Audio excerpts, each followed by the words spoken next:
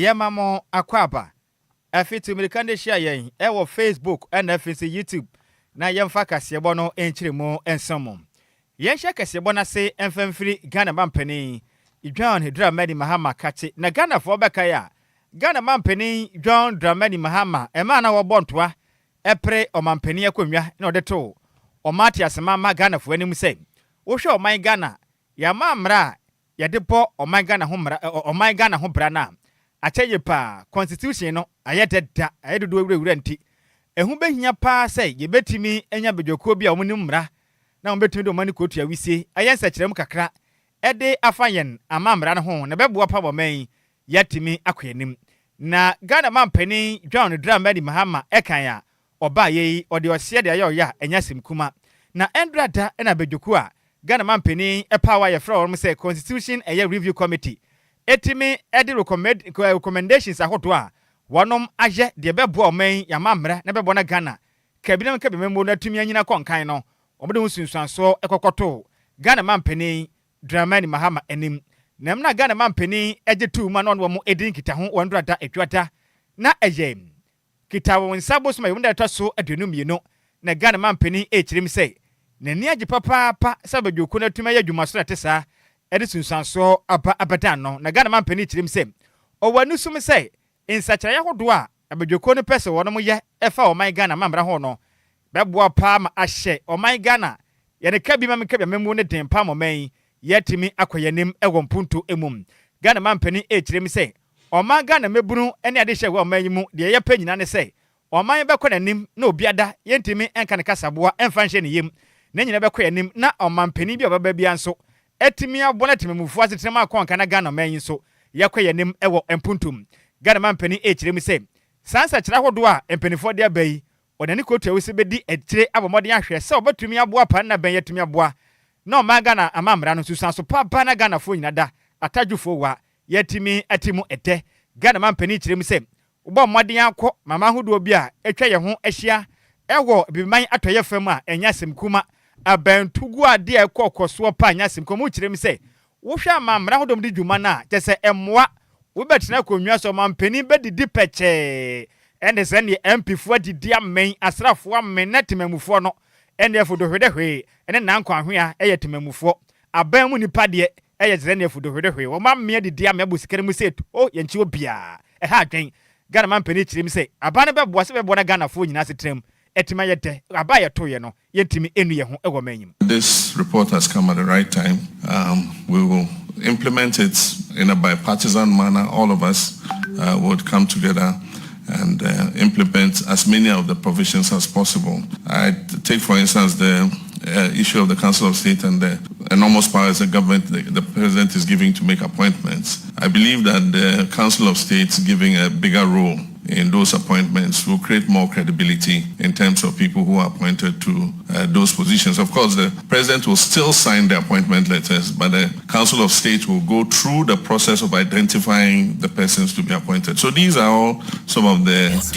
teasers I was giving before, which you are now hearing. And I want to thank the committee very much. On behalf of the people of Ghana, you have done a great service to our nation. We're moving from the constitutional review process into the implementation process. And so early next year, we would announce an implementation committee. And of course, we're going to call some of you to come and serve on that committee because we need that institutional memory transferred into the implementation. I don't know. Eni awuti ye aya Ghana mampani berema boada John Dramani Mahama na ochiremu say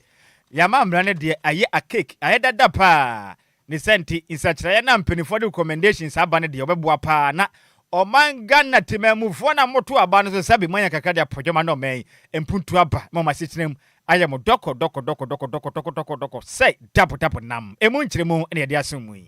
Yantua Kasiabo National Bank of Ghana lead for Virtual Asset Service Providers Act. Dr. Sayram Pearl Kuma Diabetuja HM say Central Bank no share nim so mesha se amamra ene akwanche ye juma ewo cryptocurrency dwedie ne ho na afi bebre ni ana cryptocurrency fo dwedie ne akoso afei ana Ghana mra hyebedwam apa say Virtual Asset Service Providers bill 2025 eno beboa amankita nkintahudi etimi akoso saa so ana ba be for kwan so mudidi djuma ni na etimi akoso ye sane ebe ya kronobo anybody bia enkoso ewo cryptocurrency eye dwedie nim na Bank of Ghana governor Dr. Johnson Esiama edituja echiemu se nienti omobema amrani akwancha ye adwuma no ade omohwe se ye dwedie na ewo ho deda no ombetimi ahyemu kinana bibia etimi akoso ye.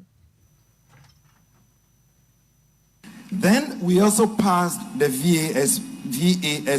legislation, that is the Virtual Asset Service Providers legislation, or what some people call the crypto law. So effectively, virtual assets, trading in these are now legal. More or less, doing crypto from today is legal. No one is going to arrest you for doing so. You can go ahead and clap. I'm not asking you to do it though. But what that means is that now we have the framework to manage it, to manage the risks that can evolve from that kind of activity. And we are putting in place the necessary logistics to be able to ensure that that space remains sane as we move forward.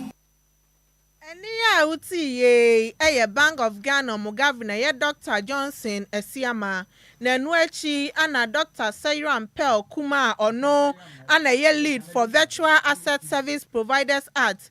Kasa Securities and Exchange Commission Ghana any Bank of Ghana for maiden edition the National Virtual Asset Literacy Program the Virtual Asset Market Operators no so nkran hanom ana ochemu se ade omobomodian share nim se ebesika sam ho kintawudi a bibia ebetimi akoso ye ninti ana crypto bill no mutimi pass ye omrahye begem no chiema ade Bank of Ghana for ebemom licenses omudi beye adwuma na bibia timi akoso ye se kobase krono bo bia na aboni bia ekoso a ombetimi agyan na bibia so akoso ewodwade nim no dey until once act ba out normally no I was say I was system no dey until once act ba out normally no I was say I was system for some time for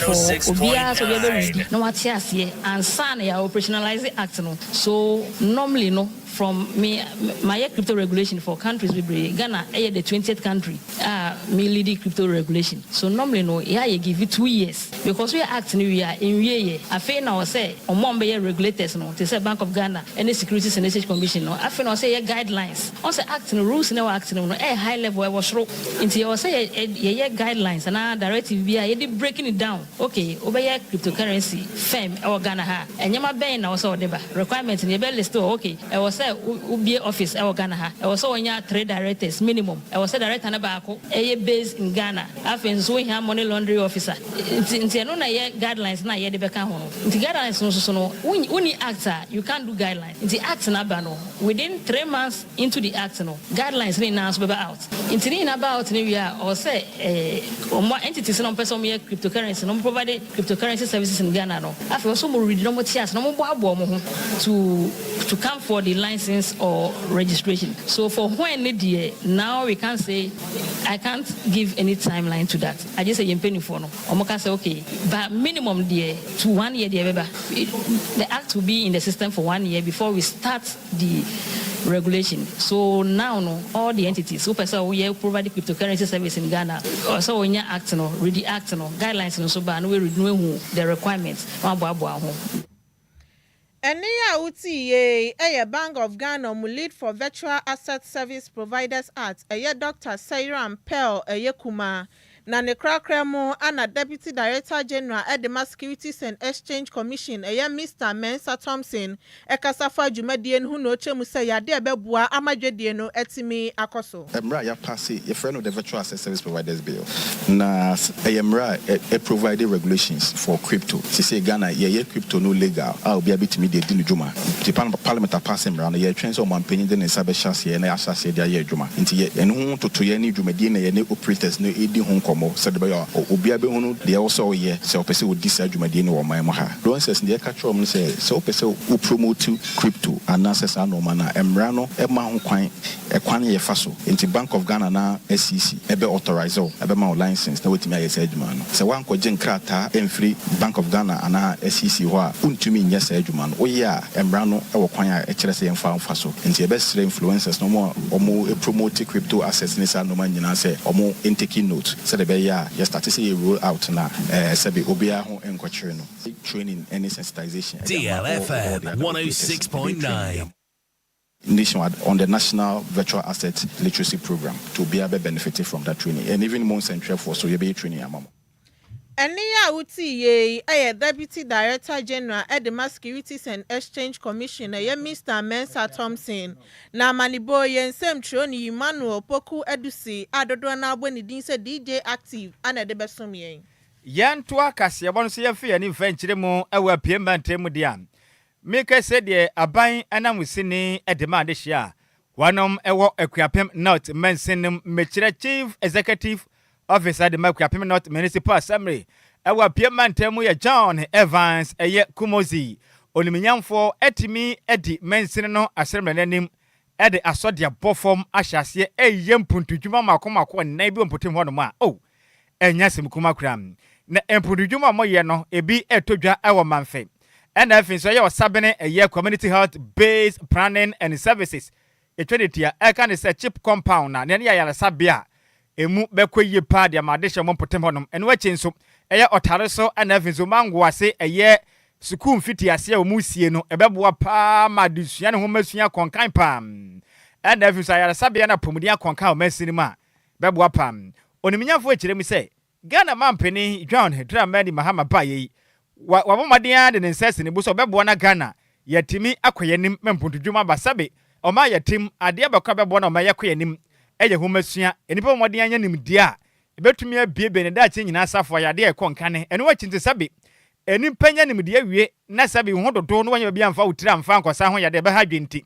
na moboa etimi esara sabe aka bebo na de hye sedu ba bi na ho dodo ma matumi akọ akwaja yarehwe na okirema omo hwe ne mu sei ne mapa mu yei enche kram chesenne boso makoma nsia chi bibia bekwawe na asame na tumi asini nyina wi aprapra kire oh adehia mu wa akuapem na otene potem de empuduma epa no ayi apomuden enwomasua mo foma komantom ya visa de epa no esose ne kuroi me say ene 4 projects yakati sod say baba starting now within a period of 6 months to 12 months they be to me complete in our commission. Those projects are 2 cheap compounds so that they are timamufo benya accessible and quality healthcare. That is one at Manfe Ekwapem, which is between Latte Ekropong, Manfe and each environs, and one is at Osabini around Okrase, Taekwanta, Kenten Crane, Opokunsia, and close to my 50 Koforia, there will be another chip compound over there. And we hope that within a 6-month period to 1 year period, those projects will be completed and commissioned. Now, Oba Education, so yawo KG block, we've cut short for 2 KG blocks. One at Otareso Ekwapem, which is between Adoso and Tinkong, and 1 KG block at this particular location, which is Mangwase. So in all, 4 projects we've break grounds for 4 projects today. And then in the subsequent days, others will follow. Well, we've not exhausted all the projects that we expected to do. But we hope and believe we've not exhausted all the projects that we expected to do. But we hope and believe that within the shortest possible time, the rest will be continued. Na enwachi ana mensini krachi chirema. Wohwa pomudin a eboapa manipa sitrem ekonkan. Se nipa betuma ya adwuma amanya ageneto momananya ehon mfaso de ayempotudwuma. Age se nipa na pomudin ekonkan. Enti apomudin hyehyɛ a mo hyehyɛ ombeboa na yaresabia ba mpotempotem no. Beboa pa magana faso emanye sikasem etimi akonkan efrise nipa pomudin konkan a obeye adwuma oman. Nyanya na so mfaso asase kire mi se humasua ya de eboa ntia na mopa mutuo ne Ghana fo hwe anim se beboa pa na Ghana fo pina. Enya so mfaso mempuntuo mapa aba oman Ghana mu. Sana yenyina yenim no resetting agenda aba mpapa aba na yehwe se the promises during the campaign period yede ma manfo no obahwe school hu hia healthcare hu hia ntia hu hia say yaba ya allocations. The only thing we can do timamufo beti ase na almost so many agents say we have to deliver, and that is what we are on course doing. We are delivering to the people of Ghana. Well, you can see the euphoria. People are happy. You can see awofo na over the period na omumba enya baby a nkora besua de wo when who say ne san crofone nyina mani age say ba be see school down within 6 to 12-month period. Now san kwara no akọ start adesua say wo hwe KG no ho na ye nyina start ansa na yakoye nim. I want to say na we read alphabet ni bibia. I want to start over. You can make your statement or your combination correct. So this is where learning of alphabet begins. So na be ya obetimi akọ wonim in the educational journey. You know, we can see people of Mangwase are happy, parents are happy, and even students are happy. So we are on course. We are on good course to go. Okay. Any a wuti ye ayapan and then we seen etema this year. One ewo Ukuapem not Mensino emu ewa Piematemo. The day Edonimian for John Evans Kumosi and a wote linking. Nana Quakramono an assembly member at the Manu Mangwase about to persuade Minian for Samuel. Obeying Kwadwo Brown and so etched new sopam. At the Magana Mampany, John Dram Many Mahama, so what June Ghana Mofra. One ewa Mangwase and whom Eddie Sabo from so one NC or trap modern king the garden a broke if I'm of funny visa, bear more funny suya diano. A yo monyo and ya bako nanso and I'm a pa about to beboa, Mahumasia, a phantoma pa Eddie fruit. Let me say, at the Abanye or Mutanechi, a banko so much, but they know in Ghana, school fit as if it's or may. Ubeko school in Mediama pa. School fit yasi and winyan yan a boamo wagnum it may be ever meaning. Yamian no cre, I am they say, and a yenya this facility. Oh, Mangwase. Old facility no, na a year. Renault, Compagnia de France, some Renault assembly cars, oh Mangwase Kuma. Inti, Okwa a year whole warehouse, and na normal assembly cars. It is our warehouse in Muna Kolam, sorry, Omoko school, which, of course, ventilation. It was school deputy. Even some of the teachers for now complaining say heater. It was our classroom block or not the so-called classroom block. It is any Madonna se memory so. Babenya this ultra modern KG block. I will lecture area. Any kind of that president nati na as diet also me no. Edi akoma MC say nyame ya dom na omuchiche national cake yenso yenya ultra modern KG o Mangwase. Jina me na so timamfo no beboa ye be sure say contractor or by side bibia be UK security wise problem ni ho in as far as me concern no bibia bitimi ayi DLFM 106.9 Samuel Obey Kwadwo Brown New Mangwase electoral area.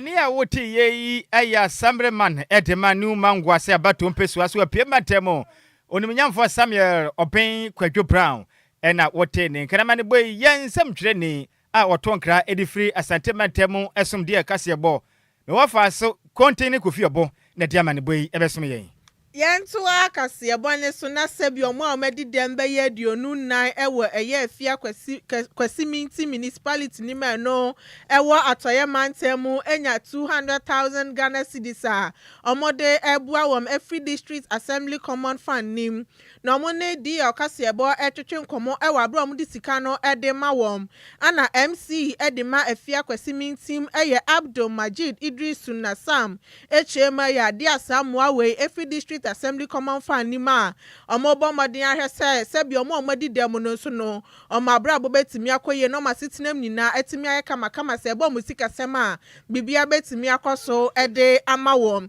no chemu so ya de afia kwesi minti municipality nim ebo modin aneta credit technical university aneta credit technical institute for ebo modin aye adwuma sa na ebe ya ombetimi ede omo omadi dem na afantitiem no ma kire omadwuma ensanu dwuma omo so no mo ye betimi aboa wo. Today we are here to fulfill our constitutional requirements and the Persons with Disability Act 715 that says that we should uplift and uphold and protect the vulnerables in our community. So today, that's the fulfillment of what we are here to do, to ensure that their share of the Adjoa Assembly's common fund that has been allocated to the Assembly, it gets to them. So when the year began and then I came into office, we committee meetings started. The social work department, we entrusted them to try and start sensitizing the public of the fund, and they come to register and then tell us how, when we intervene, it could be of benefit to them and to uplift their welfare. And each one of them have made a special request that he or she believes that would help him or her to be able to sustain or, take care of herself. Him or herself, and that's what we have fulfilled today. Everything that you see here today, from the fridges to the equipment to the provisions to the cash support we are giving everyone, is in line with what the person have requested, and that is what we are giving to them today, is to make sure that our brothers and sisters who are differently abled are also supported with as directed by the Constitution of the Republic of Ghana. So as part of the fund that comes to the Assembly, we are supposed to also create economic activities for them that will enable them to have some kind of a revolving fund that will be there for them any point in time that they are able, they may fall in need for it. So they have various associations. We have the blind, we have the deaf, we have the physically challenged ones. They all have their association and their leaders, and we are putting them together for us to see how best we can partner with the two major institutions we have in our municipality here, the Takoradi Technical University and the Takoradi Technical Institute, to see how best we establish a center for them over there out of provision and guidelines for their application of their fund, for them to be able to always go there and seek training and certification from the two institutions. Eniya utiye MC Edema Fia Kwesimin team Abdul Majid Idrisu Nasam ana wote ninking. Yan to akase bodo so ye fe ne kire mo ewa santeman tenimo ansam bi firi ho na mo ba enyense mekuma kan meka se municipal chief executive officer Edema Atwemangwa Biaja South mense no ewa santeman temu oninyamfo wisdom oseibu ama edensem atudwa ekirema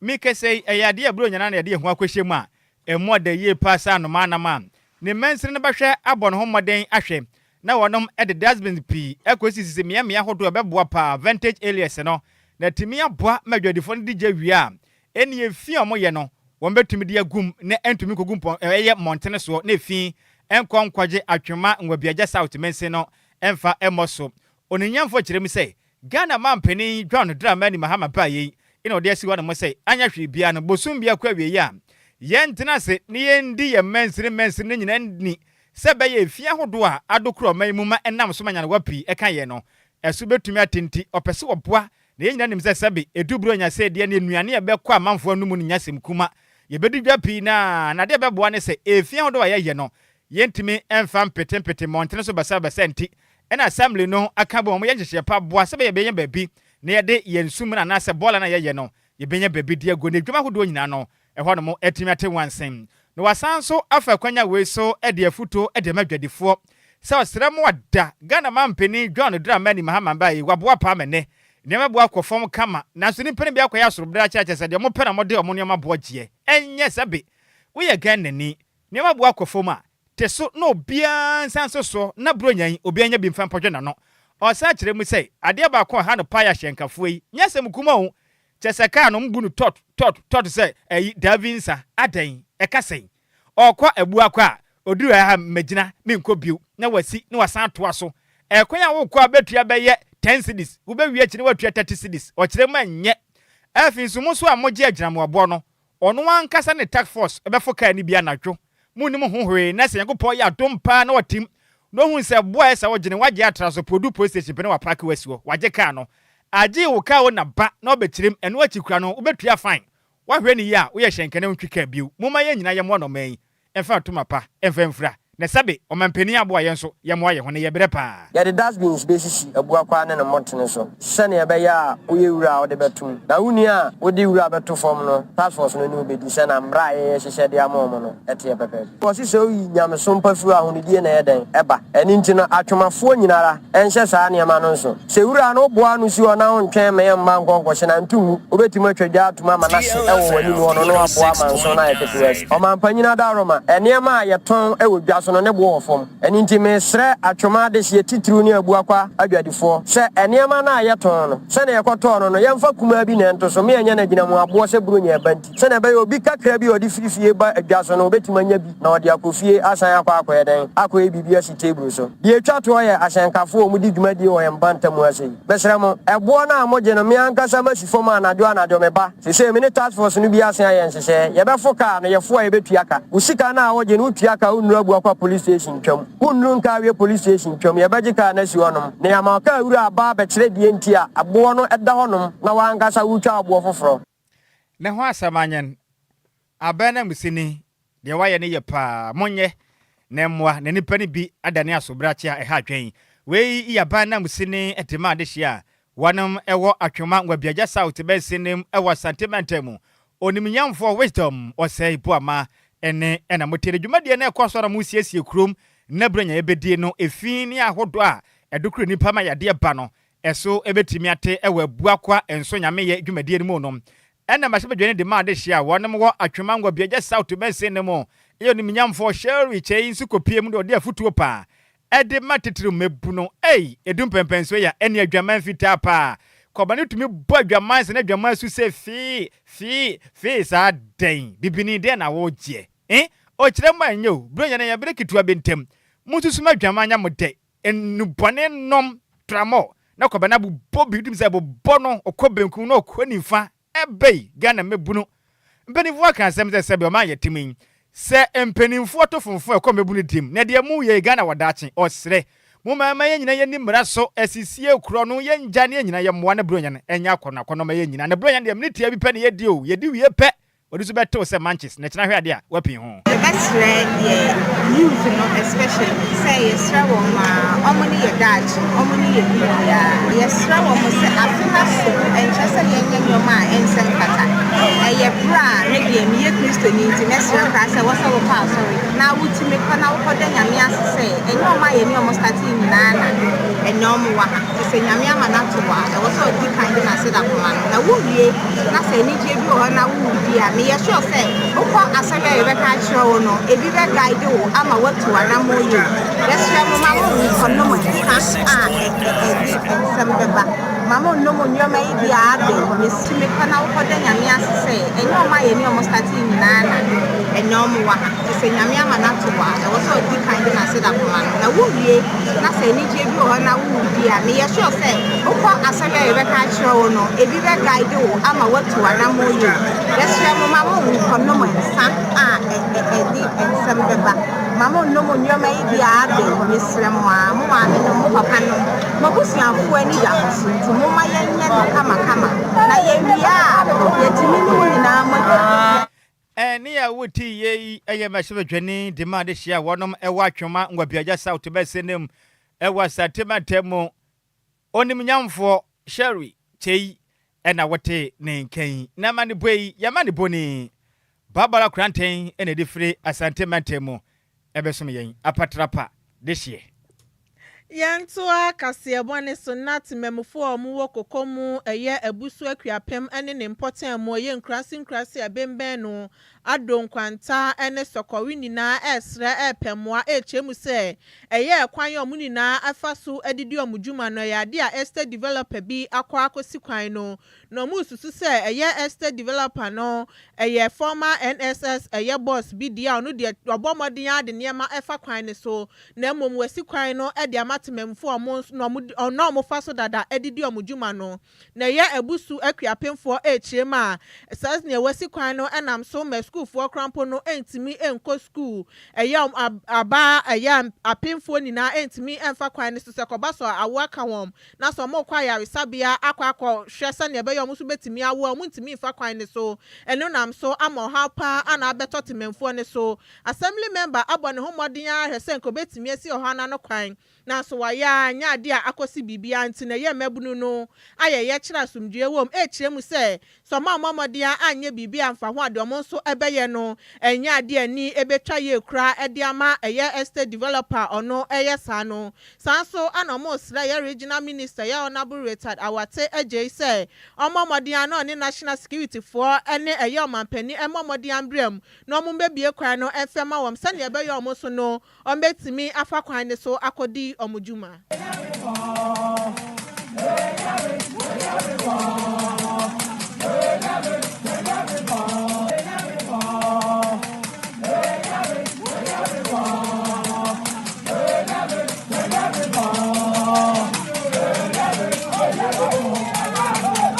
DLFM 106.9.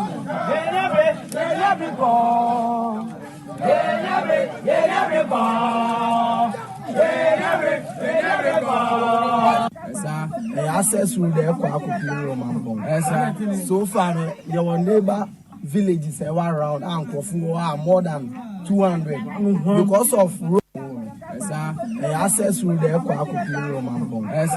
so far, your neighbor villages around Ankofu are more than 200 because of road no messing to say to me access be so be yarimpo answer na moto be ban heading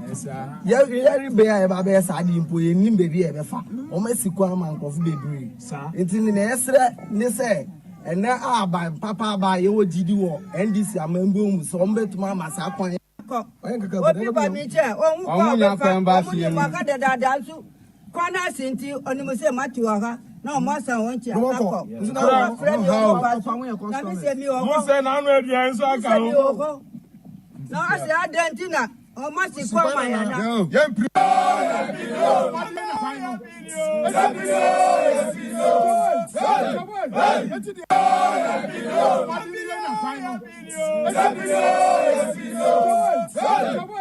Eti the extra wa ba ho ne say won hwe aya won abo assemblyman ambe na gbonyaje no ode no wansi wo so be boa na kwa na adamu aso nipa bi a wo say yes say you to farm ran say ensem na mom say du ba bi na sa ba ni ya ready sir oba boa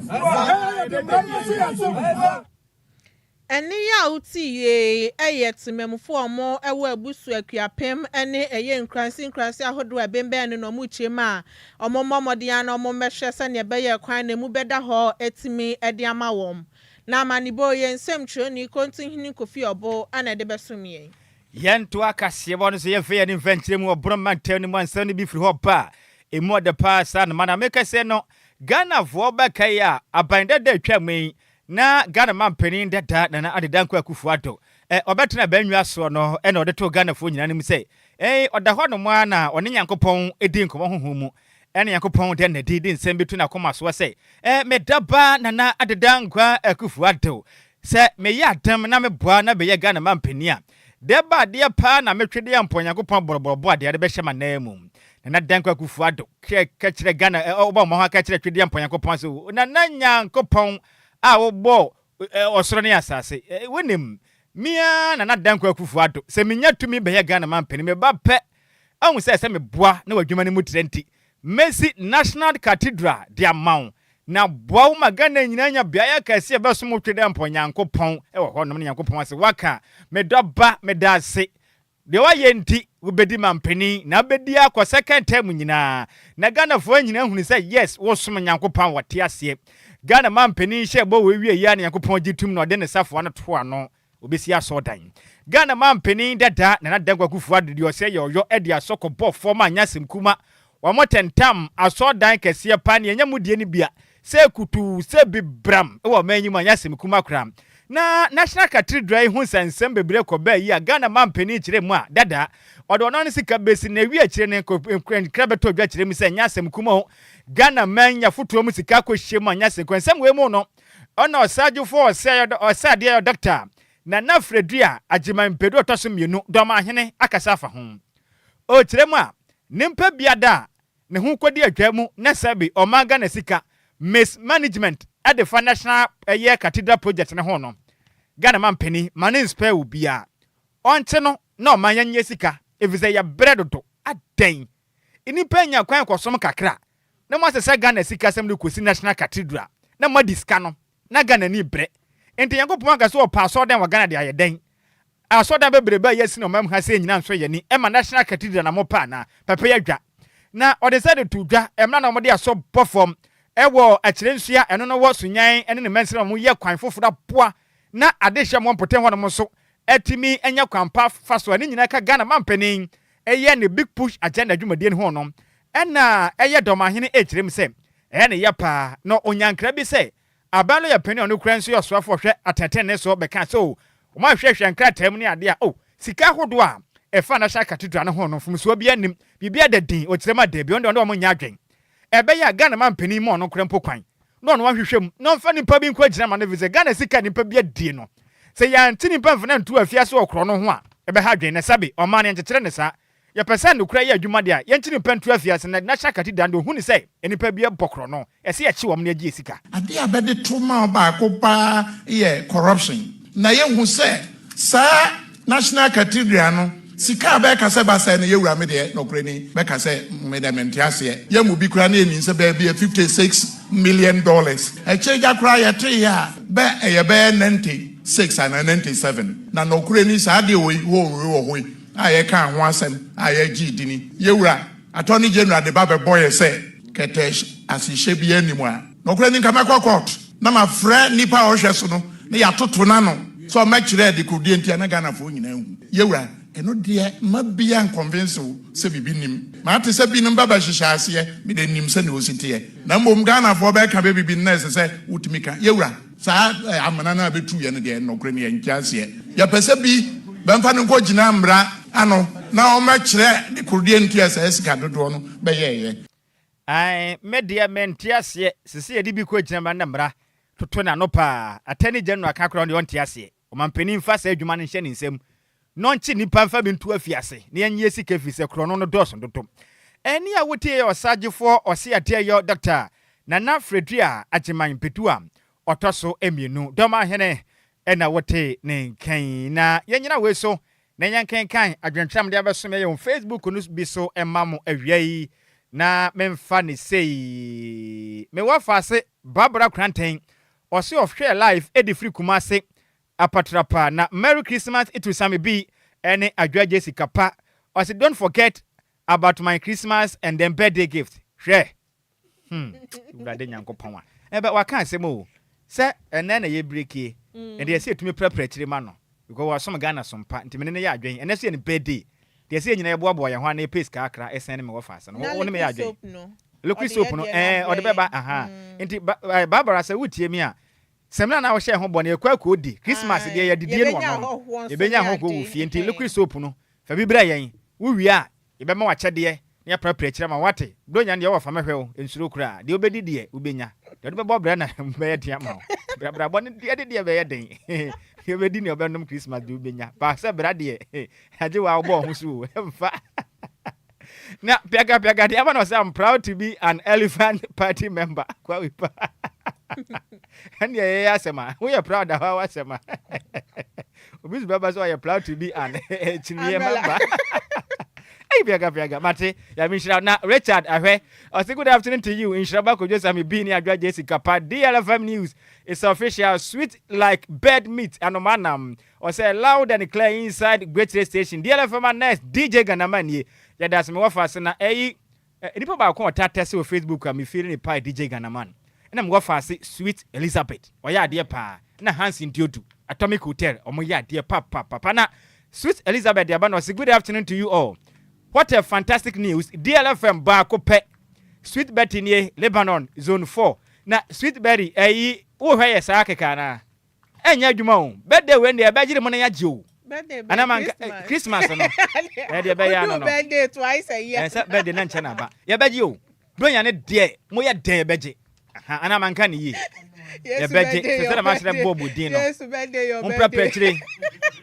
Yes, birthday, and an idiot. As for any echo, yes, would you birthday? The band who say yes to Christu, what basic for ma. A man for training where she am on the birthday at a day. Birthday and coma, I saw for him as some penny for. And I'm a boy. And I make him a boy. Now, has indeed the Havana say, good afternoon, Sammy B. And Adjoa Agyei Sikapa, as Ned, my dear Yabona, eh? And Yasim Kuman, if you're big, I'm a red DJ or man, I tell you, Kitan in some of the banner, and if you're by a day, yeah, Radingo, or see me any Diana. Oh, I see many Diana. And I do a bad year, and who hears a betrayed me. And Barbara Kranten, the Abana was say,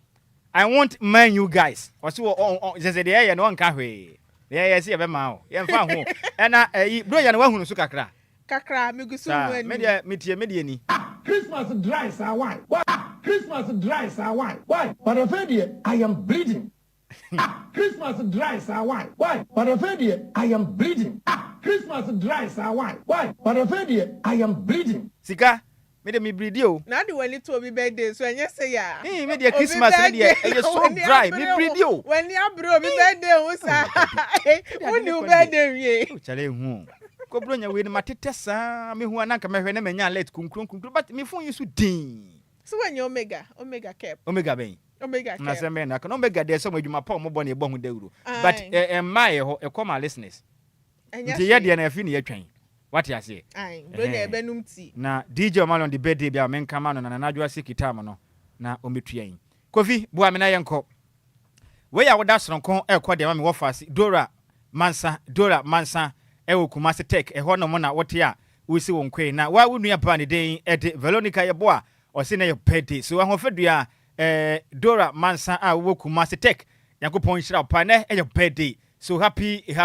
birthday go see you Dora Mansa a wo Kumasi asante mentemu eye Tech eho na wote a wo si won kwen yakopon hira pa na woda we no onya ne soronko ade bia wasase we say ya depa onyini kire ne nkwanfie mu oden na twede ampo yakopon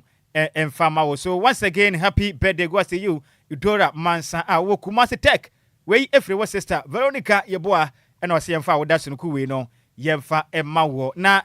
Kofi ne kwakra mu no yensan enka Ghana for say ye na musi ne otonkra edema ye wasante mentemu me wa fase Barbara Kranten ene birthday so sika e kranhia sem gu ye wa fase so unze ne ho ofe papa but we so ye no wa de ne ho hia enti kranhia sem bisa se woni ana aso wasesa bisa no oye kama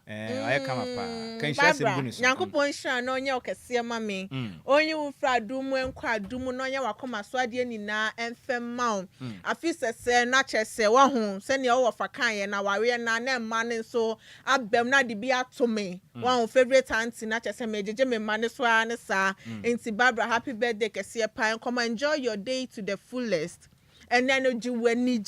odi opa send me hi kra wo WhatsApp na me peka krama what ma say eno ano no nti Barbara ya me hira opi adwumaden a wo bo na so Ghana fuani nti empa bo say urade hira won kwaso anya okese na ompeja omfra domu enkwadum so happy birthday once again to you Barbara Kranten our Ashanti regional correspondent ya me hira agoda we no onye ne sono krokra na me hu se emu bi ne nema bi edi afrisani fie ha otumi se bronya no emu be de pa ehwa sa na midi no sa na onye sure says for the listeners it's for us na Adjoa Siki akire mu hima ekonwa no free samre ya kwapem no miensa ya ne dia na Adjoa de mu nim se o chaade nana krom efie ha ye ka obi a wata chaade pa na Adjoa edikan eti no se de etie no enenso me ye sure say ene DLFM ye kasa na bekọ form na ye pom nyum 24/7 nti no na Adjoa me ye very sure on ka hwe nkire me de but me de me hu ni se wa hwe prepare kire mamo so mu stay tuned we will kasa free ma hwe be hwera de nti yin free ha ne mapa bi gu kwam a ye ba wonnim na wuyi pe wabọka pa Christmas ndia me de aye ni o Christmas dry sir why Christmas dry sir why but afraid I am bleeding and ne kwai de me breedi se ya tisika what dem say dey say jam no for the prepare me ni Kofi ne ya sem omobo enti no ye ni asem ya ne yaka yes so sirin chira kase yem koma listeners ni nyina nya me ye na wo mase o ma ya de from January to up to December 23rd in fact nya me ya bi enya mo anka ye nya obi a what you say nya me share listeners ni nyina no prepare chire mamo ye bom pants nya me koso anfa mu twa afi na nesi ya yensa ne mo ye dai eni kasubom nya me hira mo pa ma ya de pa listeners ni nyina nya me hira mo nyina na mo edoson nti ye mpese be bodin bia nya me hira obi na mo no mpenifo se yabon de agya kwa yenye den yenya ne kwa Kwadwo ansa na obeto aso boy bi se papa bra o da menka ne bra o share yebo me re finidi wa share yebo parliament aguna bobi kuma apa enti nansen mentene kam bio Kofi parliament mesremo aguna bobi kuma fo no mesremo wo a wonim Kofi parliament ka kire ne se o share yebo so ba prepare kire me ya di Christmas no ne ya prepare kire yesremo ada monka na maye promise and fail bia Kofi parliament aguna bobi kuma apa ya jebro nyade ya nka ho asem wa na ahye ho po DJ Ghanaman na sefo ante magi modoson bema Gideon Asante 49 jana sema no me mbona asem last o shebo wani so oh yes 49 shebo wani so ndo no kura de mayi na free me mo no nka ho oh yes me no nkwana betumi o shebo wani so ndo no mayi na free nten opa wan frame me nka ho asem se kwame mu nyina se kwame mo de ye dawo kwame mo ye hwemenim donya yi edamso ne 49 de me an mayi na si nten because o shebo wani so ndo de ma prepare kire ma no ana wo de na e ba ya na Me do share money when you so mba meka ho. Kan kan ma da. For now me and me yo sa. O share bo when you so nti ma preach na ma. Sika ka se bo de asi. Emu se mu fo na ye hwan. Miss Mabel entry. Ena hwan so ena de call Facebook ni YouTube. Kofi Taylor. Ena fe. Oni Belinda hey. Na ka wura fia na. Oh about why na my moral support no. Hey ye fia sugar. Then Jawule president me say. Wa boy ho ba osunsun. Obi so ye me manager na. O manage me kakra. Ye kwen ho am na e ba. Na Adjoa Silky. Sexy journalist. Kwame Efum na ne ye den. Agona PSC or therefore bua ponsem nana ne tiri hwintumi funyu papa da. Sexy journalist wo program bi o ye wo show no se friend say. E ba na ba. Etekwa. Fa udire bra na ye den. Emo ha gichemu adu okran ye de anya mode ne bia se kutu se bebam mode ne o ha gichemu say 10% edu pe na ye mode na Adjoa ye ope fans. Otena se radio no wa na ye den. One outside. What don't say can be your day? Na mra ye den. Said ye den. Na Adjoa pe fans. Ya nsa na mra ne pe ye ba ye benya se. Package na egu on cross sem. Oh yes, ye mo na mra ne. Sana mra ne ma ye nso so. Achire mu hima. Efifi mu hima. Enkacha hima. Radio mu ya sa Michael Jackson. Osi ade yo. Oba asima. Oba ho ofefo. Na Adjoa de meto so na ma sorry. No ne birthday no e di peche pa o. Na Adjoa no tumi ya Nana ma de chire kra na ebi she me fridge na me nana de me say sanyankopon nhira na e be ha me pa menti asiempo what's it be den me say mo ma me nka bi na e birthday no ye di ni peche na Adjoa de Adjoa birthday ni hoya e sha be jan dokon wakam akoya fa akon ho emu niam na mu woniam because ya chi but yenka menye ne nte say ye ne ya yem papa Daddy Lumba ni shenkani ni driver na utwi no Bismarck Owusu e abase say Master Ata Akwei senior mechanic owo article inside Vodafone yard hodom otie ya dendenden a enya sim kuma akura anti senior man you are listening to us live nyame shira opi Master Ata Akwei Master Atakwe haidini ya Master Atakwe ni atwaye bronya de Master Atakwe senior mechanic ewo na bronya na nyomu ko nyamishira opa se wutie nyamishira opi me de mechanic so beba nti no ma na nya we sa me de mechanic mama ye di bronya ne wi ya ba ya be hyan ne mo mama hu ya me ye ni ye ni so ya modin a enka je se no aya ka dabi because ese ehu serefo a na ye den na sere kire no beta eno ano no ye mi fa ya mo komo so sa mbebubodin mpenifo kura ka say ye mfa ya se pen enya den enhyanya pen mo ye den da bi etidonya no me say na ya me Christmas dry sir why but I am bleeding Christmas dry sir why but I am bleeding me bleedi pa ka se bone de asi yes so na Adjoa sikina pamfa betna se mo nyina moniti a adehye. Hello, Auntie Abena. You won't believe what just happened. Grandma received her 4th TV.